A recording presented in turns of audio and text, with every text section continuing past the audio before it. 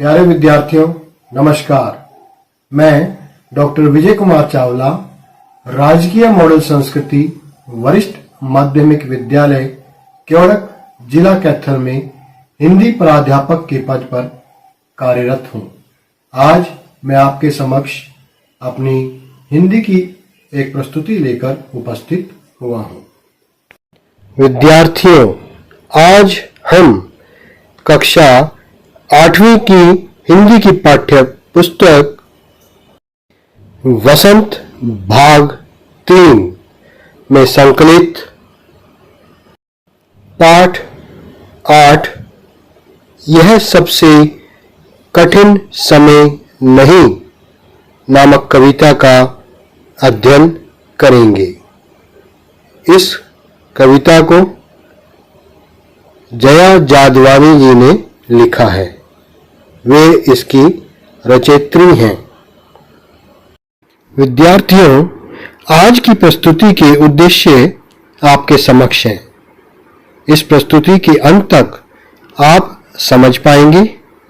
यह सबसे कठिन समय नहीं कविता का सार। कविता में प्रयुक्त कठिन शब्दों के अर्थ आप जान पाएंगे। कविता के पद्यांश की सप्रसंग व्याख्या का प्रारूप कैसा होता है, किस प्रकार पद्यांश की सप्रसंग व्याख्या की जाती है, इसका भी आपको ज्ञान प्राप्त हो जाएगा। कविता में आए व्याकरणिक बिंदु का उदाहरण सहित वर्णन मैं आपके समक्ष प्रस्तुत करूंगा, इसे भी आप जान पाएंगे। तथा जया जादवानी द्वारा रचित यह सबसे कठिन समय नहीं कविता के मूल भाव कौन कौन से हैं, किन उद्देश्यों को, लक्ष्यों को निर्धारित करते हुए यह कविता रची गई है, लिखी गई है, इसका भी आपको इस प्रस्तुति के माध्यम से ज्ञान हो जाएगा। तो आओ अपनी प्रस्तुति की ओर आगे बढ़ते हैं। कविता का सार आपके समक्ष प्रस्तुत है, इसे ध्यान से सुनें तथा समझें।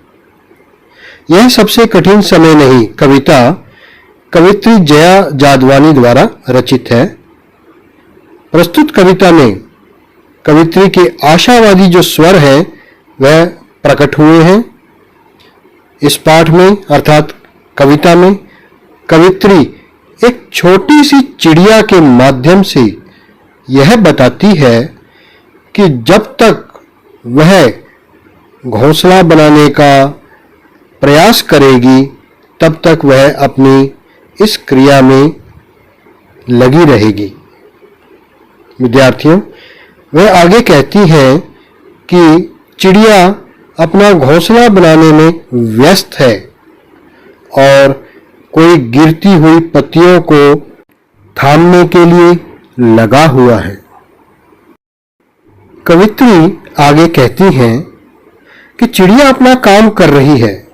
उसका काम है घोंसला बनाना और अंडे देना, अपने बच्चों को सहेज कर रखना। व्यक्ति का काम है गिरी पत्तियों को थामना या किसी को सहारा देना। नानी दादी का काम है अपने बच्चों को कहानियां सुनाना जिनसे उन्हें कुछ सीख मिले। और रेलगाड़ी का काम है यात्रियों को अपनी मंजिल तक पहुंचाना। तो विद्यार्थियों, कविता में अपनी पंक्तियों के माध्यम से जया जादवानी जी पाठकों के समक्ष ये मूल भाव प्रस्तुत कर रही हैं। कवित्री का आगे मानना है कि अभी भी अपने गंतव्य तक पहुंचने का इंतजार करने वालों के लिए रेलगाड़ियां आती हैं। गंतव्य का मतलब निश्चित स्थान तक। अभी भी कोई कहता है जल्दी आ जाओ क्योंकि सूरज डूबने वाला है। अभी भी बूढ़ी नानी की सुनाई कथा आज भी कोई सुनाता है कि अंतरिक्ष के पार भी दुनिया है। अतः अभी सबसे कठिन समय नहीं आया है। यहाँ यह कहा जा सकता है कि जब तक यह काम सरल तरीके से होते रहेंगे तब तक कठिन समय नहीं आएगा। इसमें कवित्री का जिंदगी के प्रति आशावादी जो दृष्टिकोण है वो देखने को मिलता है। वे बहुत आशावादी हैं तथा वे उम्मीद का भरोसा कभी नहीं छोड़ती हैं। उनका मानना है कि जब तक मानव अपनी सहजता नहीं छोड़ता है, अपना हौसला नहीं छोड़ता है, तब तक कठिन समय नहीं आ सकता। यह वास्तव में ही सच बात है कि व्यक्ति में जब तक हिम्मत है, साहस है, हौसला है और उसमें काम करने की शक्ति है और उसका अपना लक्ष्य है जिस पर वह केंद्रित है, तब तक यह कहा नहीं जा सकता कि कठिन समय की शुरुआत हो गई है। जब व्यक्ति हौसला छोड़ देता है, हिम्मत का साथ छोड़ देता है, तभी से कठिन समय की शुरुआत होती है। ऐसा कवित्री जया जादवानी जी का मानना है। विद्यार्थियों, कविता का सार जानने के उपरांत आओ अब जाने कविता में कठिन शब्दों के अर्थ। जो कठिन शब्द इस कविता में प्रयुक्त हुए हैं उनके अर्थ मैं आपके समक्ष प्रस्तुत कर रहा हूं। इन्हें ध्यान से सुनें। कठिन, कठिन का अर्थ है मुश्किल। तिनका, तिनका का अर्थ है लकड़ी का छोटा टुकड़ा। झरती, झरती का मतलब है गिरना। थामना, थामना का मतलब पकड़ना। गंतव्य, जिस स्थान पर पहुंचना होता है। प्रतीक्षा, इसका अर्थ है इंतजार। अगला शब्द ध्यान से सुने। वक्त, वक्त का अर्थ है समय। कथा, कथा का अर्थ है कहानी। आखिरी, आखिरी का अर्थ है अंतिम। हिस्सा, हिस्सा का अर्थ है भाग। सदियों, सदियों का अर्थ है पुराने समय से। तमाम, तमाम का अर्थ है बहुत सारे। अंतरिक्ष, अंतरिक्ष का अर्थ है ब्रह्मांड। विद्यार्थियों, कविता का सार तथा कठिन शब्दों के अर्थ जानने के पश्चात आओ अब मैं आपको कविता की व्याख्या की ओर ले चलता हूं। अर्थात कविता के जो पद्यांश होते हैं उनकी व्याख्या किस प्रकार की जाती है, इसका मैं आपको ज्ञान प्रदान करने जा रहा हूं।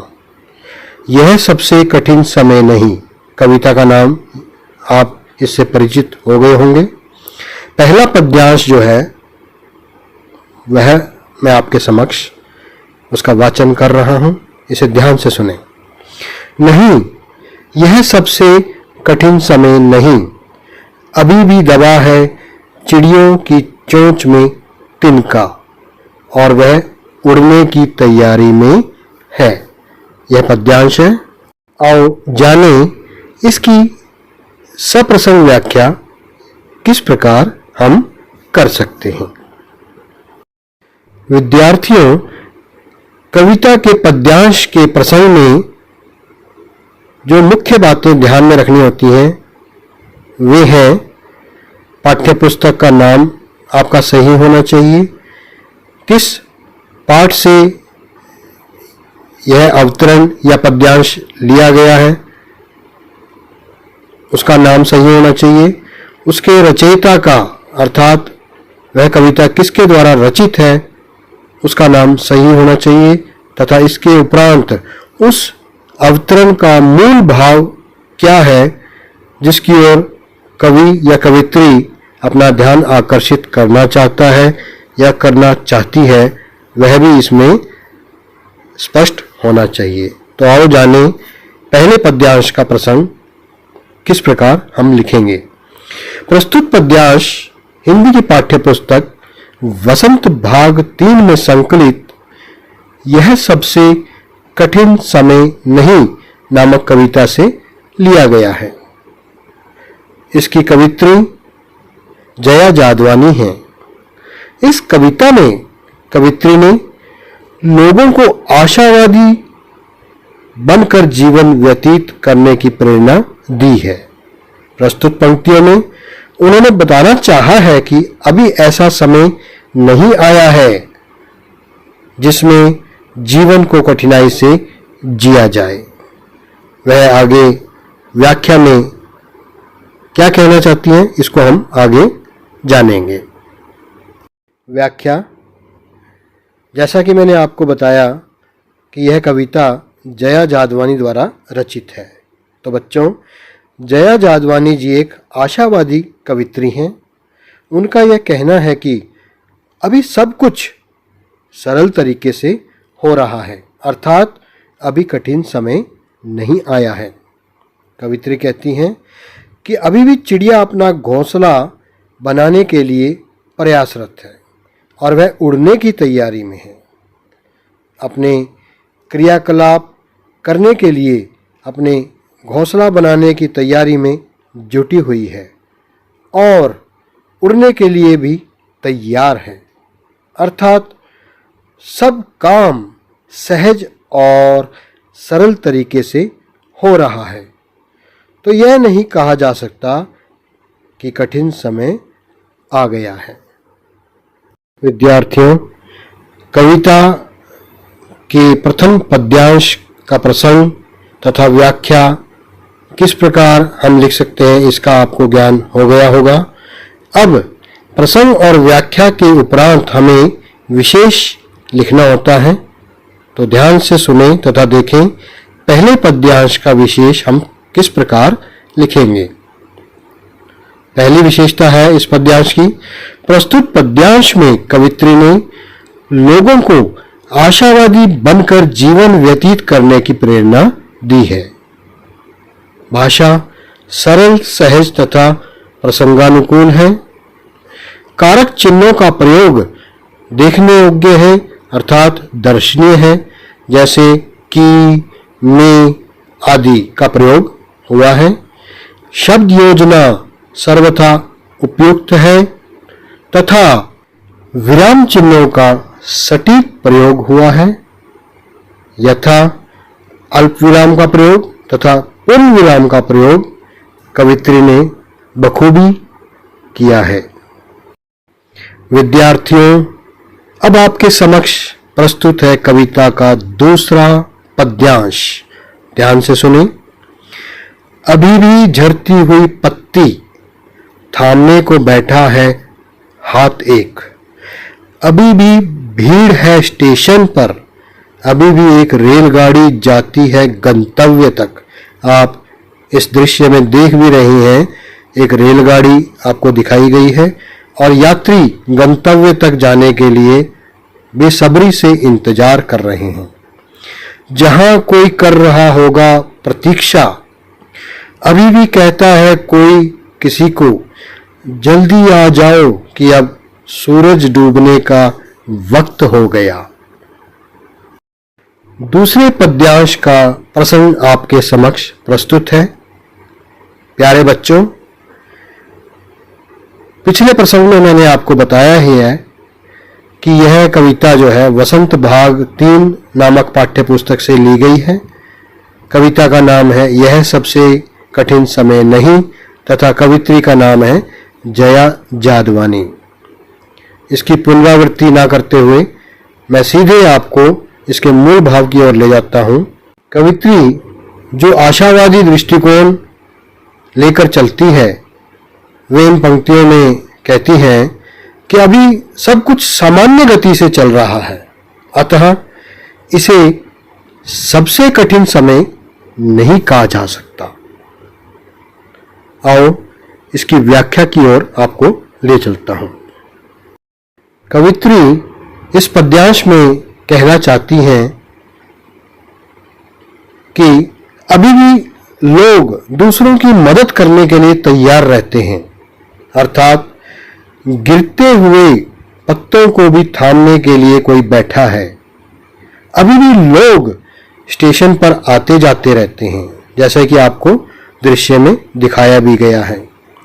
रेलगाड़ी अभी भी यात्रियों को एक स्थान से दूसरे स्थान तक, उनकी मंजिल तक लेकर जाती है, उनके गंतव्य स्थान तक उनको लेकर जाती है, जहां कोई उनका अभी भी प्रतीक्षा कर रहा होगा। यात्री आ रहे हैं, जा रहे हैं। रेलगाड़ी उनको उनकी मंजिल तक पहुंचा रही है और कोई उनकी प्रतीक्षा कर रहा है। अभी भी कोई किसी का इंतजार करता है, उसे पुकारता है और कहता है, सूरज डूबने का समय हो गया है कि तुम लौट आओ। यह सब स्वाभाविक और सहज तरीके से हो रहा है, तो अभी नहीं कहा जा सकता कि कठिन समय आ गया है। यह कवित्री जया जादवानी जी कहती हैं। वे एक आशावादी कवित्री हैं। प्यारे बच्चों, अब आपके समक्ष मैं प्रस्तुत कर रहा हूं दूसरे पद्यांश का विशेष पक्ष। पहली विशेषता है, प्रस्तुत पद्यांश में कवित्री ने वर्तमान जीवन के सामान्य हालातों को दर्शाया है। भाषा सरल, सहज तथा प्रसंग के अनुकूल है। तीसरी विशेषता है, ध्यान से सुनना तथा समझना। अनुप्रास अलंकार का प्रयोग हुआ है, जैसे कोई किसी को। यहां क वर्ण की आवृत्ति में यह चमत्कार देखने को मिलता है। विद्यार्थियों, अनुप्रास अलंकार वहां पाया जाता है जहां किसी भी वर्ण की दो या दो से अधिक बार पुनरावृत्ति होती है और चमत्कार उससे उत्पन्न होता है। तो यहाँ क वर्ण की आवृत्ति के कारण चमत्कार उत्पन्न हुआ है, अतः यहाँ अनुप्रास अलंकार विद्यमान है। चौथी विशेषता है, शब्द योजना सर्वथा उपयुक्त है। प्यारे बच्चों, कविता का तीसरा पद्यांश अब मैं आपके समक्ष प्रस्तुत कर रहा हूं। इसका मैं सस्वर वाचन करूंगा, ध्यान से सुनना। अभी कहा जाता है, उस कथा का आखिरी हिस्सा जो बूढ़ी नानी सुना रही सदियों से। दुनिया के तमाम बच्चों को अभी आती है एक बस अंतरिक्ष के पार की दुनिया से लाएगी बचे हुए लोगों की खबर। नहीं, यह सबसे कठिन समय नहीं। आप इस दृश्य में देख रहे हैं, एक बूढ़ी नानी बच्चों को कहानी सुना रही है। तो इन पंक्तियों के माध्यम से कवित्री जया जादवानी जी क्या कहना चाहती हैं, आओ जानें। पद्यांश का प्रसंग इस प्रकार है। फिर वही बातें, वसंत भाग 3 में से संकलित है यह पद्यांश। यह सबसे कठिन समय नहीं कविता का नाम है। इसकी कवित्री जया जादवानी है। इस कविता में कवित्री ने लोगों को आशावादी बनकर जीवन व्यतीत करने की प्रेरणा दी है तथा सदैव अपने लक्ष्य पर निरंतर बढ़ते रहने की प्रेरणा भी दी है। वे इस पद्यांश में जो कहना चाहती हैं उसे मैं आपके समक्ष व्याख्या के रूप में आगे प्रस्तुत करने जा रहा हूं। ध्यान से सुनना। कवित्री का यह कहना है कि अभी भी बूढ़ी दादी नानी जो हैं पुरानी कहानियां सुनाती हैं। अंतिम हिस्से को बहुत ही रोचक तरीके से सुनाती हैं। अक्सर हम अपने घरों में, मैंने भी और आपने भी अपनी बूढ़ी नानी दादी से कहानियां सुनी होंगी।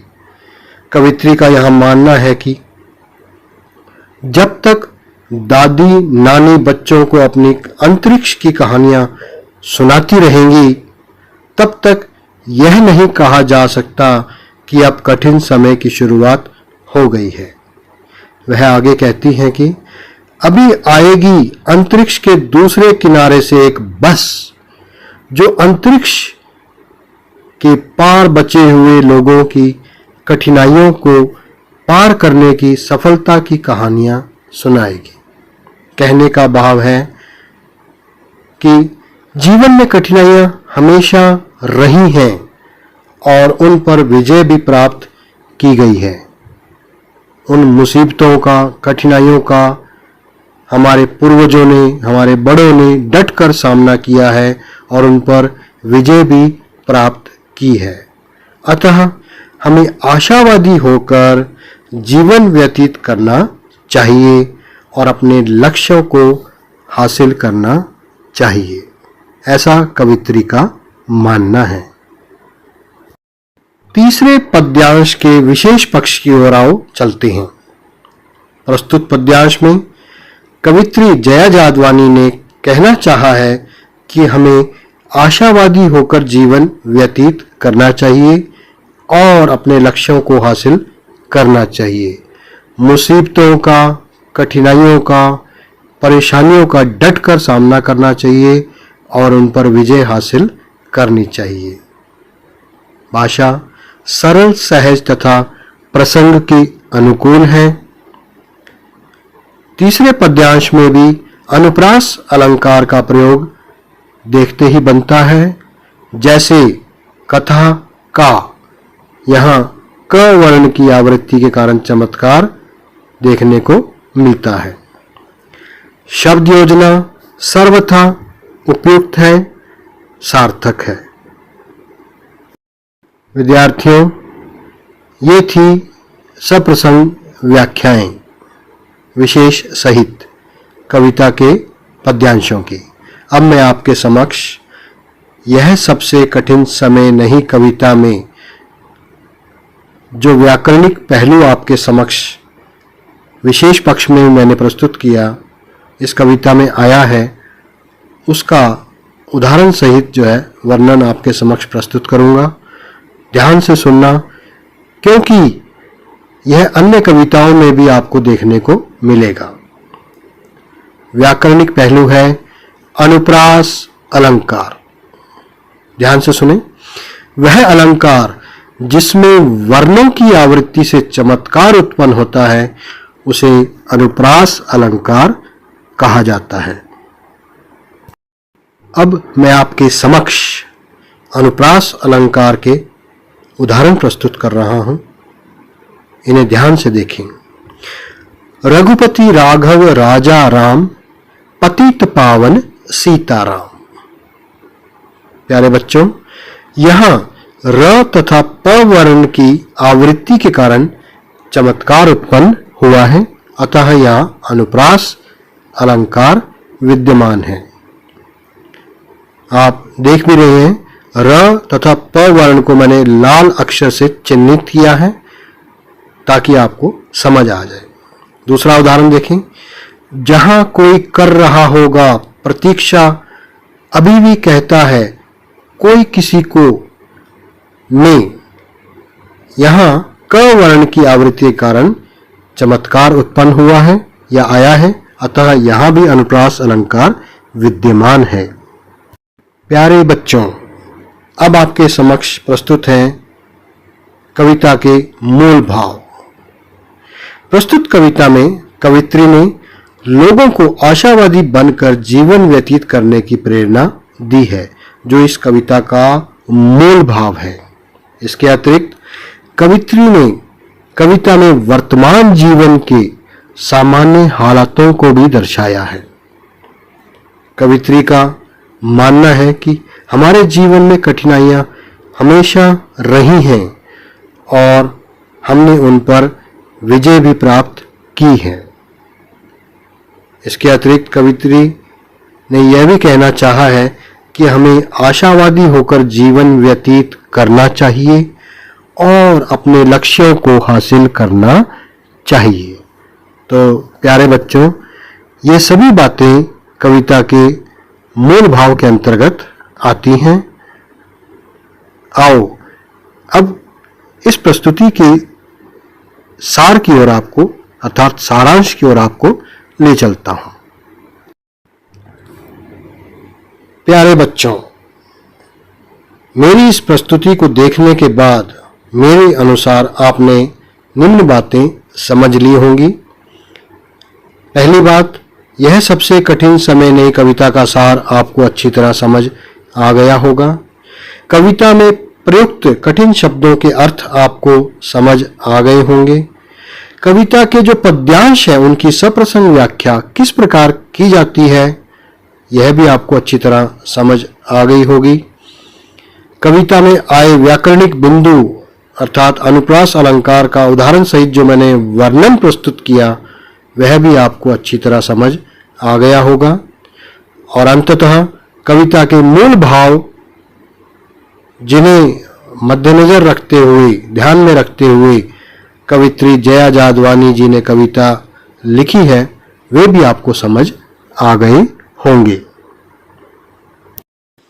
प्यारे बच्चों, मुझे आशा ही नहीं पूर्ण विश्वास है कि आपको मेरी यह प्रस्तुति अच्छी तरह समझ आ गई होगी।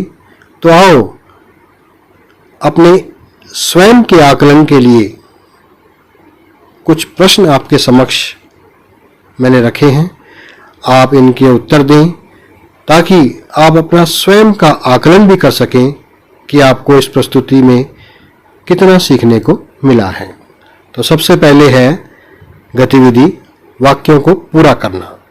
पहला वाक्य है, चिड़िया ने अपनी चोंच में डैश दबाया हुआ था, तिनका या दाना। तो इसका उत्तर क्या है विद्यार्थियों? इसका उत्तर है तिनका। दूसरा वाक्य है, रेलगाड़ियां डैश तक जाती हैं, स्टेशन तक या अपने गंतव्य तक।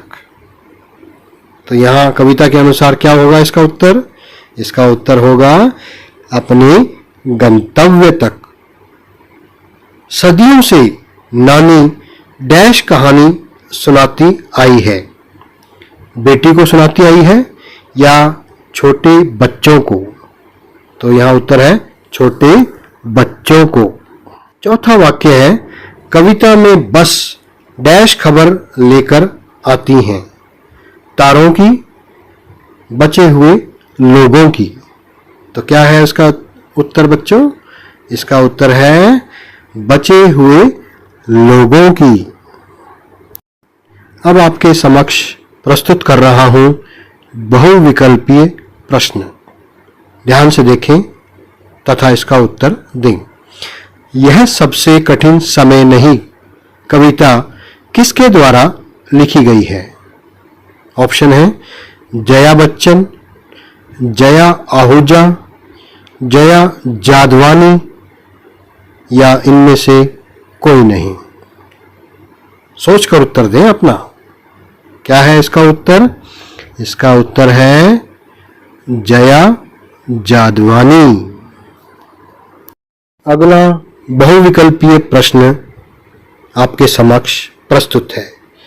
यह सबसे कठिन समय नहीं कविता में निहित भाव कौन कौन से हैं? ध्यान से सुने।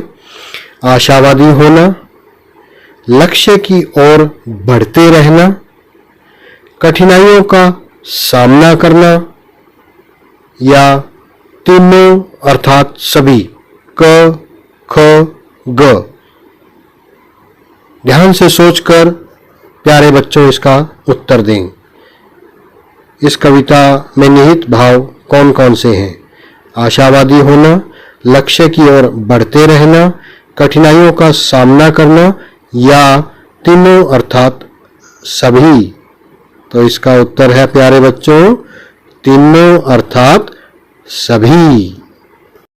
अब आपके समक्ष इस प्रस्तुति का अंतिम प्रश्न प्रस्तुत कर रहा हूं। जहां कोई कर रहा होगा प्रतीक्षा, अभी भी कहता है कोई किसी को, इस पंक्ति में कौन सा अलंकार है? ऑप्शन है उपमा अलंकार, अनुप्रास अलंकार, रूपक अलंकार इनमें से कोई नहीं। प्यारे बच्चों, ध्यान से सोचकर उत्तर दीजिए। मैंने इनमें से आपको कौन सा अलंकार समझाया है? पुनः आपके समक्ष ऑप्शन पढ़ रहा हूं। उपमा अलंकार है, अनुप्रास अलंकार है, रूपक अलंकार है, या इनमें से कोई नहीं।